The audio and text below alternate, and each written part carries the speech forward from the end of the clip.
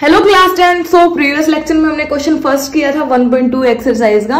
सो आज कंटिन्यू करेंगे question number second. Prove that 3 + 2 root 5 is an irrational number. इसको हमें क्या प्रूव करना है?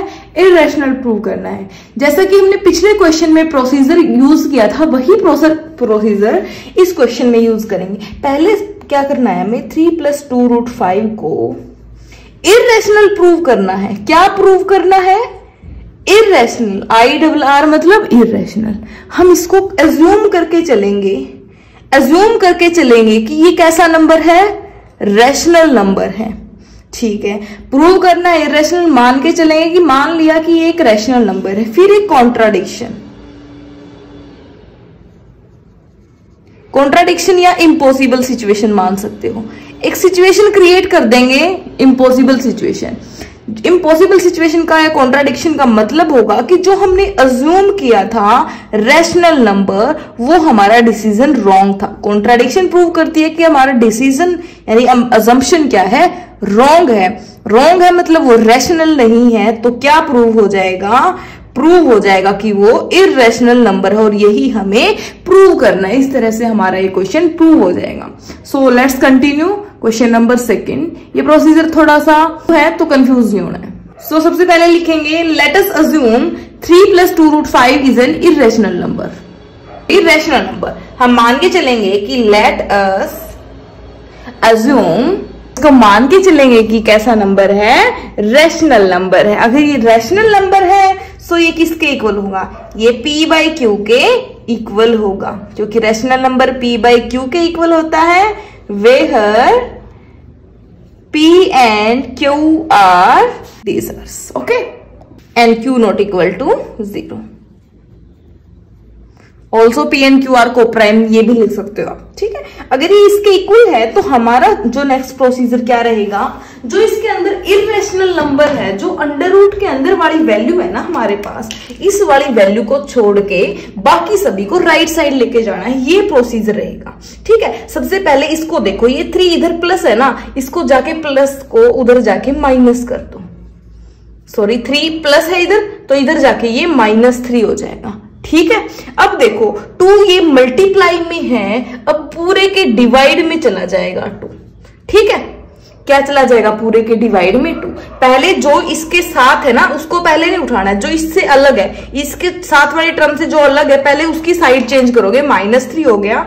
अब 2 यहां मल्टीप्लाई में, तो उधर जाके डिवाइड में हो गया। ठीक है, और इधर क्या बचा? सिर्फ √5 बचा है हमारे पास। ठीक है, अब इस बात पे गौर करना है। ये मेन लाइन है हमारी, ये लेफ्ट साइड है और ये हमारे पास राइट साइड है। ठीक है, हमें ये लिखना है कि ये √5 कैसा नंबर है। पिछले क्वेश्चन में प्रूव करके आए कि जो अंडर रूट के अंदर जो प्राइम नंबर होते हैं 2, 3, 5, 7 एटसेट्रा, वो सारे से सारे इरेशनल नंबर होते हैं। सो ये वाली साइड क्या हो गई हमारी? इरेशनल हो गई। ठीक है, लेकिन इस वाली तरफ गौर करो, P/Q कैसा नंबर है? P/Q कैसा नंबर होता है? रैशनल। रैशनल में से 3 को माइनस करेंगे तो भी रैशनल होगा, क्योंकि 3 भी कैसा नंबर है? एक इंटीजर है। रैशनल में से रैशनल घटाओगे तो भी रैशनल आएगा, और 1/2 से मल्टीप्लाई करोगे किसी नंबर से तो भी वो रैशनल ही रहेगा। सो लेफ्ट राइट वाली साइड क्या रहेगी हमारी? रैशनल। क्या ऐसा हो सकता है कि इरेशनल नंबर रैशनल के इक्वल हो? नहीं, ऐसा नहीं हो सकता है।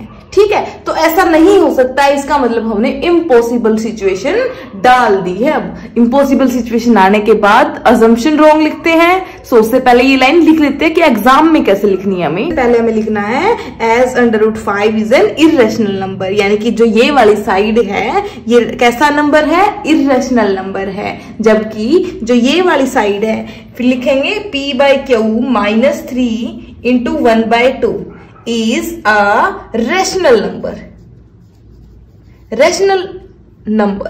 ठीक है, क्योंकि रैशनल नंबर इरेशनल नंबर के इक्वल आया हुआ है यहां, तो बट लिख देंगे but rational number can not be equal to irrational. Rational number irrational के इक्वल नहीं हो सकता है। So this is a contradiction. हम लिख देंगे so this is a contradiction.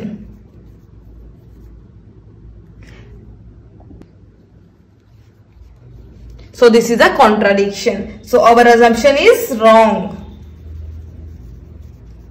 Assumption means जो हम लाइन मान के चले थे is wrong. Assumption wrong है तो it implies this is a rational number. It implies जो हमने जिसको हमने रैशनल मानना था वो क्या हो जाएगा, इज अ इररेशनल नंबर। ठीक है, देखो प्रोसीजर, सबसे पहला स्टेप हमारा क्या था कि इसको हमें इररेशनल प्रूव करना है, बट हमने क्या मानना है, इसको रैशनल मानना है। ओके, इसको रैशनल माना, फिर हमने क्या कर दिया, इम्पॉसिबल सिचुएशन क्रिएट कर दी कि रैशनल तो इररेशनल के इक्वल नहीं हो सकता।